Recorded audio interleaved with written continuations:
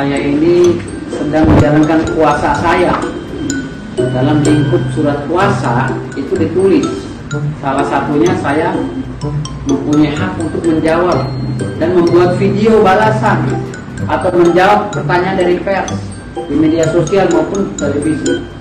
Itu udah jelas gitu loh dalam surat puasa. Artinya ketika saya membahas apapun di dalam ranah puasa saya untuk mengemukakan pendapat saya, itu tidak ada alasan lagi orang lain untuk ikut campur di situ.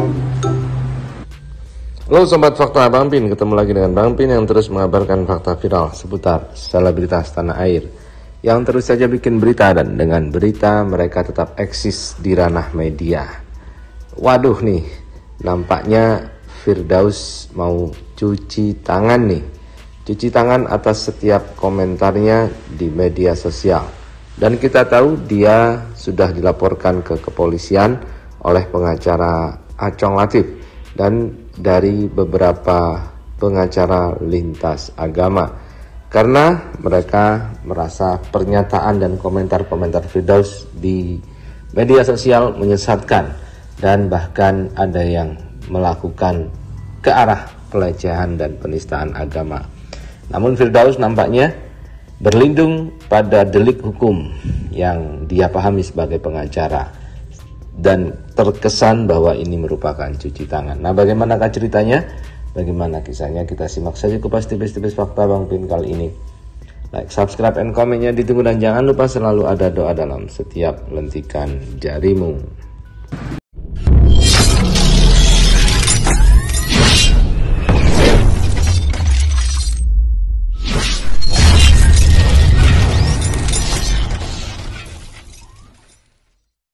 Itu hal yang sangat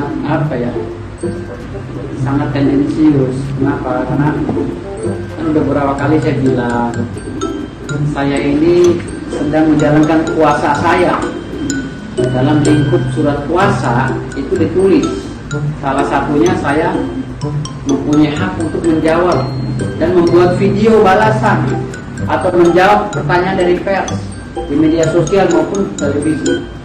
Itu udah jelas gitu loh dalam surat puasa. Artinya ketika saya membahas apapun di dalam ranah puasa saya untuk mengemukakan pendapat saya, itu tidak ada alasan lagi orang lain untuk ikut campur di situ. Nah, begitulah. Nampaknya memang Firdaus sudah menyiapkan hal ini matang-matang dan semuanya sudah ditulis di dalam surat kuasa. Dan di dalam poin-poin surat kuasa itu mencakup banyak hal dari para dukun itu. Artinya Firdaus ini tidak berbicara sendiri. Seluruh pernyataan Firdaus itu berada dalam lingkup surat kuasa, yakni surat kuasa yang diberikan oleh asosiasi dukun kepada Firdaus. Artinya kesalahan apapun yang dia katakan, maka hal itu bisa dilimpahkan kepada para dukun karena dia hanya merupakan kuasa dari para dukun, dan para dukun yang merupakan memberikan surat kuasa itu kepada Firdaus sudah setuju dan tanda tangan bahwa apapun yang dikatakan Firdaus soal ini merupakan representasi dari para dukun itu sendiri. Sehingga kalau menyalahkan, ya jangan salahkan Firdaus, karena Firdaus itu mewakili para dukun. Yang disalahkan adalah para dukun. Itulah kira-kira apa yang dikatakan oleh Firdaus soal pernyataan-pernyataannya. Dia tidak mau bertanggung jawab karena dia mewakili para dukun, dan kesannya ini jadi cuci tangan. Dan memang beberapa waktu yang lalu Firdaus juga menjadi kuasa hukum dari Tiara Marlin yang waktu itu sedang dijerat pasal penistaan nama baik atau pelecehan nama baik karena mengatakan bahwa Vanessa hamil duluan.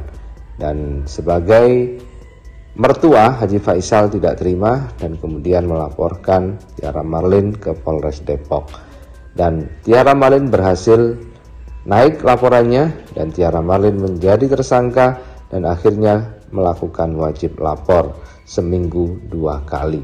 Dan saat Tiara Marlin menjadi tersangka, Firdaus pun melepas Tiara Marlin, tidak lagi menjadi kuasa hukum dari Tiara Marlin.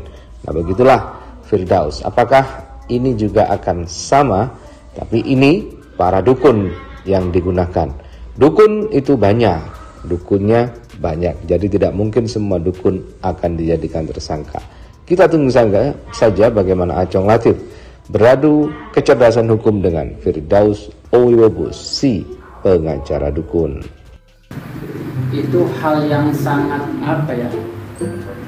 sangat tendensius. Kenapa? Karena kan udah beberapa kali saya bilang, saya ini sedang menjalankan kuasa saya.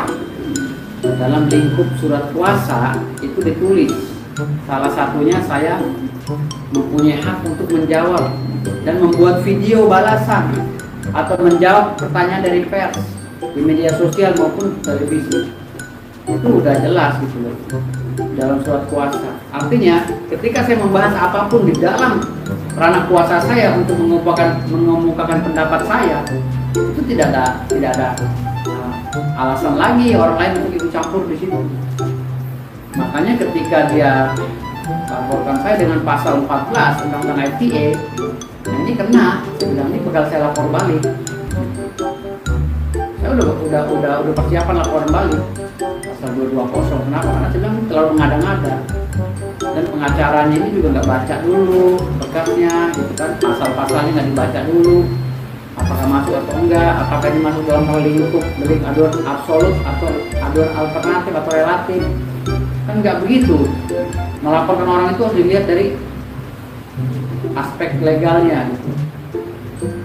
Jadi apakah dia punya legal standing gitu, untuk melaporkan saya, konteksnya apa.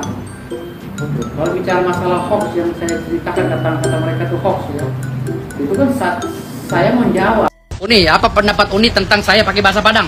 Apa pendapat Uni tentang saya? Pintar, enggak bahasa Padang. Pandai. Gitu. Pandai. Terus gimana dong komentarnya gimana?